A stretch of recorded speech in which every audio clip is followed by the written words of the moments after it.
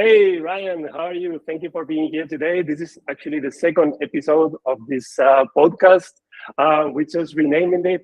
Before it was going to be Take Hello, but now it's going to be one-on-one Tech Talks. And you're my second guest. Thank you for being here. Thanks for having me. I'm honored to be the second guest. That's awesome. So thank you for having me. No. Totally awesome that you said yes on Twitter. I asked Ryan publicly on Twitter, and he said yes. And I was like, what? Is this easy?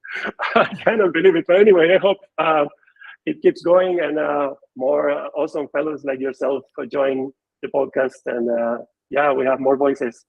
So yeah, you are a manager, an engineer manager on Netflix. Since when?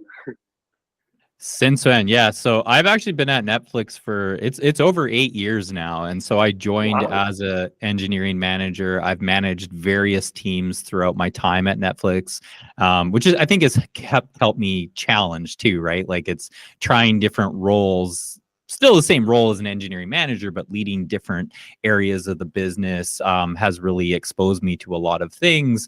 And it is definitely the longest I've ever stayed at a company. Usually it's like you kind of hit that like 2 year marker and it's like, all right, I feel like I know all the things. I want to try something different, but I feel like at Netflix, it's just constantly keeping me challenged and trying different things. And so I also love the culture at Netflix. It's really hard to leave. So it's kept me there. So yeah, I've been managing probably I managed at Evernote before joining Netflix. So it was about a year of management before I joined Netflix. So yeah, I guess I've been an engineering manager for quite a while now.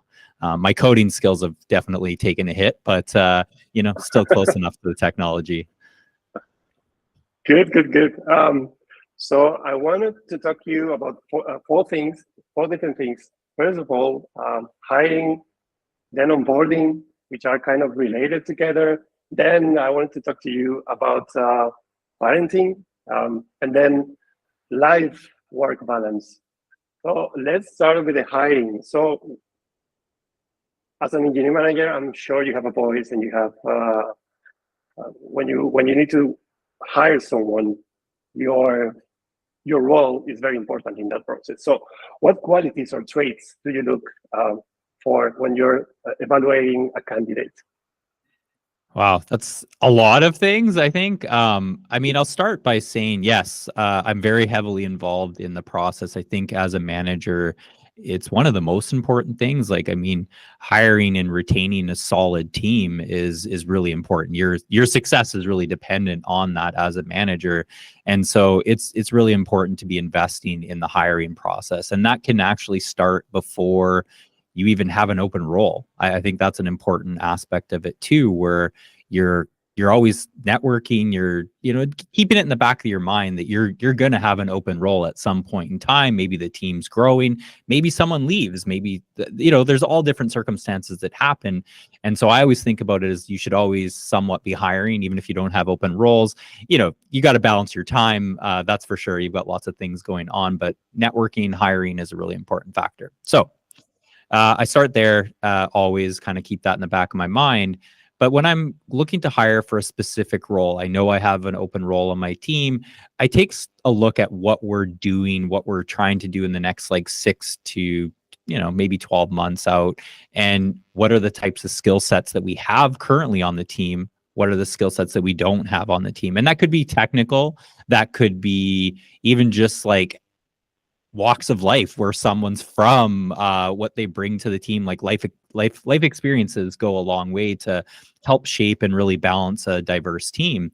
And so I think a lot about those types of things and set out to say, okay, like here's some areas maybe nice to haves that I don't have on the team. Here's some must haves. And so I really work with the recruiting team to say, like, here's some things that I'm looking for. And that's where we start. Maybe it's like cold reach outs. Maybe it's hitting people up on Twitter, LinkedIn, all the different things. Sometimes it's just like people will apply, but I find a lot of times throughout my time at Netflix, especially, most of the people I've hired has not necessarily come from someone applying to my job description. Usually my job descriptions are maybe not that great. Maybe that's why that happens. They're pretty vague. And, you know, like they stay high level because I don't want to pigeonhole someone and, you know, just hire for this one specific thing. So yeah, it comes from all shapes of that. I really love looking for someone though, like when I think of a trait, is aptitude, communication, like outside of the technical type aspects of it. Those things really stand up for me, where I'm looking for someone who, yeah, wants to continue growing and is looking for, you know, what can I get better at? And that really goes a long way. I feel like that just is a great energy to have in the team, but also just allowing someone to grow and know that your team is going to continue growing. Nice. So, okay, so let's say you found your perfect hire, they accept the offer, and then they join the company with a lot of expectations. It's Netflix. But even outside of Netflix, any other company that someone joins, you know, with excitement, and they have these many expectations. So, how does the onboarding process affect or sets the tone for this person to thrive within the company? Yeah, I mean, the onboarding process is really important, right? Like it can really help set someone up for success. I think I've evolved every time I've onboarded someone. Probably did a really terrible job at the start, and it's hopefully just gotten better over time. But I think that having some sort of a process can help. I think at Netflix, we haven't always had like a set process. It was really like when I started, it's gotten better over the years where there's more help from maybe the talent team, or we do have, even on the engineering side, we have like a developer education team that's helping to onboard on certain technologies. And so that helps. And then we obviously have like our legal teams helping with certain things to set up, or, you know, our IT team, like, hey, how to set up your laptop. Those things are all really great. It takes a load off me as a manager. But I think that a lot used to be really dependent on the manager, where you're like, everyone did it differently too. Like I would onboard someone one way, and then I'd share my notes with another manager, and, you know, you'd be like, oh, I really like that idea, I'm going to steal from that. And so over the years, I feel like I've built up this template that's like, here's what I use to onboard, which helps set someone up for that first, like, you know, first week to a month to upwards to about 3 months. Like I try and set like a rough guidance for what someone should expect in their, you know, meet with certain people, you know, set up your environment, all those little things. You just want to try and set them up, and also have just a place that they can go to find things. Like here's the root, you know, document that I'll have. It's just a Google Doc, and there'll be links to certain things, different docs of things that we're doing, different project work, just trying to help share a lot of that context for them to read on their own as they need it. But then as something gets mentioned, they know at least I can probably go look in my onboarding material to find that. So that's a big way of I start as a balance. But a lot of it too is really dependent on the person. I think having flexibility, we're all onboarding at different things. Maybe even just that week, there might be a lot of meetings, like on, you know, like an all hands or a team meeting, or who knows. And so that might slow their process down for having their first like commit to the code base and things like that. And so not having strict expectations, I think, is important, and just having that flexibility, but also just dependent on the person, is understanding like what they need to do to onboard. I also like having onboarding partners. You know, I'm always going to try and help as much as possible as a manager, but I got to also know that there's engineers on my team that will do a better job going deeper on certain things in the code base, or just pointing them in different directions. So I think also leaning on others is a big thing too. Nice. Yeah, I was going to ask you if you had found any trend or pattern that helped with this onboarding process, but you already replied. So creating a template of the things that work and don't work, I think it's also important to keep that updated, because expectations change, I guess. Yeah, for example, I remember when I joined this company and they said, no, we're going to work with the squads like Spotify. And I was like, squads, what's that? And what's a squad? Yeah. Yeah. So yeah, it's like this trend. Suddenly everyone goes in that direction because it's cool, because I don't know, it's proven that it works, or maybe not. It's just a trend. But yeah, I think it's psychological. People just feel more confident by following something that they think in their minds, because it comes with a big name. So if they are doing this, it means it worked, probably. Okay, Yeah. good. So I would say another thing to add on that too is like, as it, like I said, it has to evolve, and like you want to make sure it's getting better. One thing I even put in that onboarding material is like within the first like couple weeks or something, share feedback to your manager. It's like called out in there to like, how was the onboarding process? And oftentimes like people are fairly positive that there's been good things, that this was helpful, that was helpful, but there's always one or two things that was like, oh, I wish I would have known this, or I couldn't find this. And those are things that I'm like, great, I can make sure that I do that for the next person. And so I think that's where the evolution of it has come to, is just leaning on the people that are in the moment learning. Yes, cool, agreed. So let's change the subject slightly, because we're still talking about careers, but now let's focus a bit more on you and yourself, on Ryan. So let's imagine you're an iPhone, you wake up with 100% battery. How do you manage your energy throughout the day? Because you have work, you have kids, you have your podcast that you record, a front-end happy hour, very cool, by the way. And I'm sure that you do networking and you see your friends. So how do you manage your energy? How do you go through the day and still manage not to get to the evening totally dead? I don't know if I've quite figured that out. You know, I sometimes think that battery might need replaced. It's, you know, it's tough. I try very hard to start the day though with that fresh let me add charged up battery. something more. What's your baseline? Is it 100% in the morning, or do you start at 80?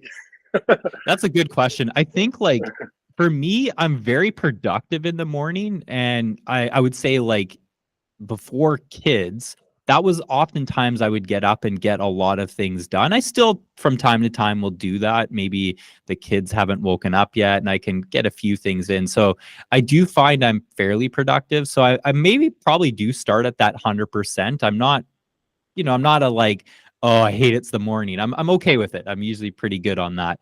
But with kids, it does change a lot. There's a lot more to think about than just myself and my work. And so that has definitely taken a toll on my productivity for the morning. It's like maybe I'm focused on, okay, well, the kids aren't awake yet, so I'm going to get breakfast ready for them, or certain things to just, you know, make sure that we are successful in that day. And I think that preparation goes a long way. Coffee is the one for me. Like I definitely need that coffee in the morning. Yes. Even like I said, I'm not super like tired that I'm like, oh my God, I can't survive. But the coffee helps just kickstart the day. So Yes. that's definitely a help. You know, coffee is psychological, because I learned not too long ago that coffee takes a few hours to really, you know, drop the effect on your brain, up to 9 hours. So I didn't know it was that long. Dang. Yes, in some countries they drink coffee at night to wake up fresh. It's like, that is are true. you kidding me right now? Yeah, see, and I feel like if I drink coffee too late in the afternoon, like maybe that is that rule of like it's kicking in too late kind of thing. And so there's points where I'm like, I won't go to sleep, like, and that's frustrating. So I also know that I have to kind of stop if I'm going to have one too late in the afternoon. It's like, it's just going to kill me later. Right. So I was going to ask you about, well, a specific strategy, if you have any, to navigate through work, kids, life in general, but kind of you already summed that up somehow. So yeah, I guess you go and you don't make a specific plan. It's if the kids sleep a bit more, then you take that time and try to use it to advance on more. Nice. So have you found any similarities between the skills required to be a manager and whatever you need to be a dad? Oh my God. It's maybe weird to say, but there's a ton of overlap, which I'm sure you can relate to as well. It's, you know, it's different, right? Like, I feel like I have two small children, one's 6 and one's 2. And so I recognize they are harder to manage than, you know, managing engineers on a daily basis. But I think there's a lot of similarity in the way that as a leader, communication's such an important thing. Well, being a parent, communication is really important too. Is like your kids listen to things that you say and how you say them. And the same thing with your team is like you want your messages to land the way you intend for them to land. If something's not clear, someone may misinterpret that message, something gets done differently, and that's not great, right? And so I think there is a lot of that overlap. There's also your kids pull your attention, so does your team. There's things that pop up. I want to be, with my team, I want to be there when they need me. Like I give a lot on them to just kind of run and do their thing. I put a lot of trust in how they want to operate and do their work, but I'm also there to be pulled in if they need something, right? And so it's like that give and take, and getting pulled in when you need to is you don't always know when that's going to happen. Same thing with children. Like things are good 1 second, and then something like their food drops on the floor or whatever happens, and it's like a whole different ball game, and things like that can happen in the workplace too. So I think that is definitely a lot of context switching. I always joke that people ask me like, what's your favorite leadership book? There's so many good leadership books. I actually have really a hard choice to actually pick one that I'm like, that's the one you read. There's so many good ones that I just say like read a bunch of them. But one of the books that I often joke about, and I'm actually serious, is one of my favorite leadership books is How to Talk So Kids Will Listen and Listen So Kids Will Talk. There's so many great pieces of advice there, absolutely, for like working with kids, but a lot of it, that communication with people in general, it's just jam-packed full of information that's like applies to being a leader too. So I think there's a ton of overlap. Yes, I agree with everything you said, and I also add something else. I think my levels of empathy went way up. Yes. Some of that. And the first time I realized I had maybe too much empathy is this is a weird thing to admit publicly, but I like to see America Got Talent and Britain Got Talent, The Voice, these kind of shows. Every now and then, I just like to see them. Don't ask me why, but I just like it. Hey, it's fair, man. We all have those guilty pleasures. And I remember shortly after I became a dad, there was this dad on stage singing, and his kid was watching behind the scenes, and he was crying, all emotional. And suddenly I was a freaking river. I was crying because I saw the kid crying. It was like, oh my God, what's going on? And ever since this happens, whenever I see a kid being emotional because of a good reason, some positive thing, I get emotional too, and I cannot help it. And now it happens not in my reports, but it's like something changed with them as well. It's like they tell me something, and I'm like, oh, poor thing. Of course, I'm saying this publicly. Guys, do not get advantage of that. I will know, and I will punish you. Anyway, yes, it's like suddenly it's like somebody is telling me something, and I feel for them. It's not that I didn't before, but now it's like, I don't know, twice, 3 times. I don't know if it happens to you, Ryan. No, I think you're right. Like there is definitely you see the world differently, right? Like there's just certain things that you think about differently. I think you show up better for your team sometimes, and just being a little more open to people's situations and just being a little more understanding. I think it also has helped me prioritize things a little better. Like my time is more valuable, I think, than it ever was. I think time is always valuable, but when you have your kids that you want to spend time with and they need your attention, I feel like I just have been better about like really focusing on the most important things. And so I think as a leader, that's an important skill to have, is like, one, how do you delegate when you're overwhelmed and make sure that things are still getting done, or just saying this isn't going to get done because it's not as important, and being really clear on that. I think that's helped me versus, prior to being a parent, you're like maybe a little more open to be like, I signed up for this. I'll just do it on the weekend, or I'll do it in the evenings. Like there's certain things that you're just like, yeah, I'll plow through it. It's okay. I've gotten better about being like, yeah, you know what? That doesn't matter right now. That's not the most important thing. And so I think being a little more ruthless with my time has also been something I've learned. I think that that's a better thing for myself, my team, my family, everything involved. All right, all right. So you said your kids are 6 and 2 years old, right? So when the youngest becomes a bit older, you will start seeing a lot of conflict and a lot of fights. um, how does maybe you've seen that already. How does that experience influences managing conflict within your team? Has it changed anything? I mean, I don't think so. That's an interesting question. I'm like, yeah, my kids do like, hit each other and all the fun stuff, or take something that the other one has. Sharing's not the greatest thing. I think maybe it has. I feel like when my first inkling sometimes is, especially if I'm low, my battery's low, I'm going to be a little shorter with my children than I probably would be with like, engineers, adults. Like I'm going to be a little more thoughtful, and I prefer to treat my kids though the way I would like someone on my team. Is you're not going to just snap at them or yell or be like, stop that. Like you're not going to behave like that. And so there's times when I feel like when I'm low on battery that I find like, oh, I'll snap. And then I'm like, that's not helpful to the kids. That's not helpful to me. And so it's just recognizing that too, is that, yeah, it's almost better to be like, okay, so what's going on? Like you kind of take a little bit of like, you're not taking someone's side. You're trying to understand what the root of the cause was. Like, so I think it's more like recognizing that, like, yeah, you're not going to just yell at you, just listen. Like, cause I'm not going to talk to like someone on my team like that. And so I think that's framed me just to be maybe a little better on with kids, that just to treat them a little bit differently. yes, I still think there are some things in common because both situations require a lot of self-control. So in your team, at home, whenever you see conflict, when you're low on battery, your patience goes down. Yep. And still you have to stop, breathe, think about what you're going to say, and then say it, which is the same thing we try to teach our kids to do.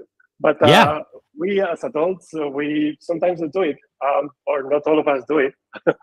A lot of people have more self-control than others. Anyway, so you're aware of how difficult this is, being a dad and work and doing everything at once. In your environment, not only in your company, but do you support people in the same situation? So do you create an environment where people, feel supported when they are living the same situation that you very well know? Yeah, I think I've always tried to do that. I think even before kids is just understanding that people, it's not just that, another parent, like I'm aware of that situation and how, there are a lot of those challenges that I may not have fully understood as, earlier in my career until having kids. I definitely have learned a lot and have more empathy on that. But I also try to be very flexible and aware that there's people on my team that don't have kids, and like, but there's always something in someone's life that's like maybe challenging or that requires their attention, time, whatever it is. And so I think about that too, is that it's just like, how do you make sure that you're being empathetic to everyone, or just being aware of those situations, trying to come at it from curiosity and understanding. And so I think, yes, there's definitely areas where that comes in. I definitely have tried very hard to make sure that we're not scheduling ridiculous times of meetings or something, also because of a lot more of our remote culture in the industry, is you'll have calls. Like I have people on the East Coast, I have people, one engineer on my team's in Hawaii, and so you have all these different time zones. And I've made it very clear we're going to try very hard not to schedule like, a 4:00 meeting in Pacific time, because that person on the East Coast, that's a lot later for them, and there's no need for it. So we've actively tried to find this nice window where we're not putting people like in just painful times to have a meeting. So things like that. I think there's a lot of different ways you show up as a leader to try and prevent that. That's a very tactical one. But yeah, just trying to be thoughtful on flexibility. Nice, good, good. So, now a fun question. Can you explain, if you can publicly, any bizarre situation when you had work and home tasks that you had to fulfill more or less at the same time, and how did you manage to do it? I mean, I feel like that's just the constant thing of navigating that. There's always, there's always something. I think also like even my wife, she's working too, and so there's those challenges where like she might have something that's like takes her having to like be away for like a day or two, or vice versa. Like, so we have to be very thoughtful on like managing our calendars together. Like, that's just something that's really important. I still fail at that one too, where I'm like, I will double book myself, or I'm like, oh my God, I didn't account for that, I didn't think through that. And so I've made some mistakes that way, where I was just like, yep, and so something's got to give. And usually it's like trying to figure out how to best balance that. But I do think like just being thoughtful and ahead on the calendar, I can't be as spur of the moment as I would have been normally when you're trying to manage, family and work. It's like, it's not just like, oh yeah, I'll go hang out after work. It's like, well, am I able to do that? Is someone home with the kids? Like, just thinking a little more thoughtful on that stuff. I still make mistakes though. I think that's, it's been 6 years since I've had children, and I'm still making those mistakes. So I would like to say that I've figured it out, but I think that, yeah, it's not perfect. No. Any tip for new dads? Oh man. Yeah. Any new parent, I think just, just being aware and setting aside time, and that it is going to be challenging, but also things change with children too, right? Like, the first little bit, there's no sleep. Well, sleep starts to get better, and then there's new challenges that you're dealing with. And so you're never stuck in it, that one challenge. It's kind of, you're growing with it. And so I think just also being okay with making mistakes too. Like, you're never going to be perfect at it. And so same as a job, like, you're going to make mistakes and you're going to hopefully learn from them. And so just being comfortable with that, I think, goes a long way. Nice. Yeah, about that, we are not taught to be parents, and it's something that we learn as we go. Maybe we take our own parents as a reference. Not everybody can do that, because some families, well, are far from exemplar, I guess. But yeah, and don't get me started on having one kid versus having more. It's like nobody tells you, nobody warns you. It's not the same. It's not. No. And in some ways, though, there is some, like, I don't know, like, one thing I've learned is, the first one, you learn a lot really quickly, and hopefully by the second, you've learned some things. Third, hopefully you've learned some more things. And so I think, like, there's that benefit, is maybe you're getting better at it. I don't know, maybe, I'm not sure, but it comes with new challenges, that's for sure. Let me ask you something, because at least in Spain, there's a saying that the first kid is like a Trojan horse, because they're all calm and quiet and happy and all giggles, and then the second comes and he's a gremlin. Is it the same in your case or in your country? Yeah, I think my first was pretty calm. My daughter's pretty calm as well, but when she's not, like, like, there's those moments where you're like, okay, this is not gonna go well, and you just know it. But for the most part, it's, she's pretty easygoing, and then it's just like, oh, okay. And I think that there's the dynamics too. Like, I often worry, like, the first child gets like a lot of your undivided attention, and that's not as easy with the second, third, fourth, fifth, however many kids you have. It's like your attention's pulled a lot more, and so that's tough too. And so, trying to find those times where you're like, I can give you my individual undivided attention is kind of cool. Good. And last question, maybe also very important question. Do you find time for yourself to just relax, think, I don't know, reflect on what you're doing, think about future projects, whatever you want to do? That's a yes and no. I think that's I would say that's still something I'm always experimenting with, is like how to get the right balance. I think, like, at the end of the day, I'm often guilty where I've given up my time for others, but that's not great. Like that's unhealthy in many ways too. And so finding time for things that I want to do or that I need to help recharge that battery, things like those are important. And I'm still trying to figure that out. Like, what's the right balance? What do I need to make sure that I'm still successful in, showing up at work for my team, for the work that we're doing, but then even showing up well as a parent and, as a spouse, all the things that come with that. It's, there is time where you just need some downtime or you need to figure out how to balance that. I'm still, often experimenting, like what's the right thing that I want to do and, still find that balance. There's even times that I've found as a manager, just scheduling some time where it's like your head's down, meaning not in meetings. I'm often in too many meetings, and there's time as a leader, you need thinking. It doesn't mean that you're just like, oh, I need to like go do X, Y, and Z. Some of it is like taking a step back and just saying like reflecting on like, okay, what's the team doing? What's the right thing? What are things that we need to be doing in the future? You need that time. That's your job, is like to be thinking about those things. But oftentimes you're pulled in too many tactical day-to-day things that it prevents you from doing that. Nice. That's insightful. I think you have a lot of time for yourself because you have this very clear in your mind. So that's very good. But I would say like, it's harder for me to hold myself accountable on that thing. Is even blocking it off on my calendar. Someone might schedule something over, or I'll even actually, it's more that I do it. I'll be like, oh, so-and-so needs to meet. I'll just schedule over that time that I had, thinking time or whatever it may be.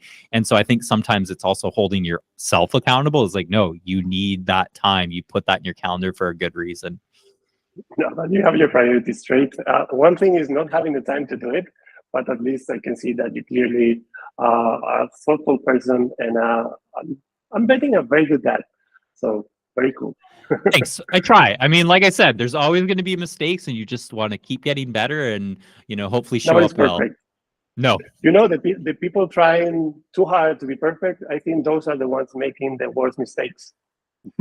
I think you're right. Like I said, even my advice for the new parent is like, don't be too hard on yourself, and like that's you're gonna make mistakes, and just be okay with that, and that you're gonna learn and grow, and that's important. Well, Ryan, thank you for all of your insightful opinions.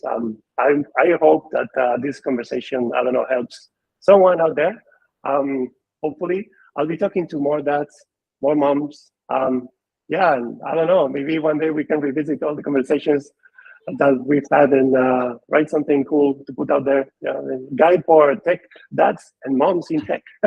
I don't know, or in general, it doesn't have to be tech. I think it applies to any working dad or mom out there. It's the same challenges. It just changes what we do in the office, but it's the same thing. It's the same dynamic, in my opinion. Yeah, 100% agree with you there. It's like, it really, any job, there's those challenges of being a parent and working, and definitely there's relatable things. So I like that idea. Nice. All right, cool. So thank you again for being here. Don't go just yet. I'm going to stop recording and say our goodbyes in private. Ladies and gentlemen, Mr. Ryan. Thank you. Thank you for being here. Thanks for having me. It was so great being on. Thank you so much. No problem.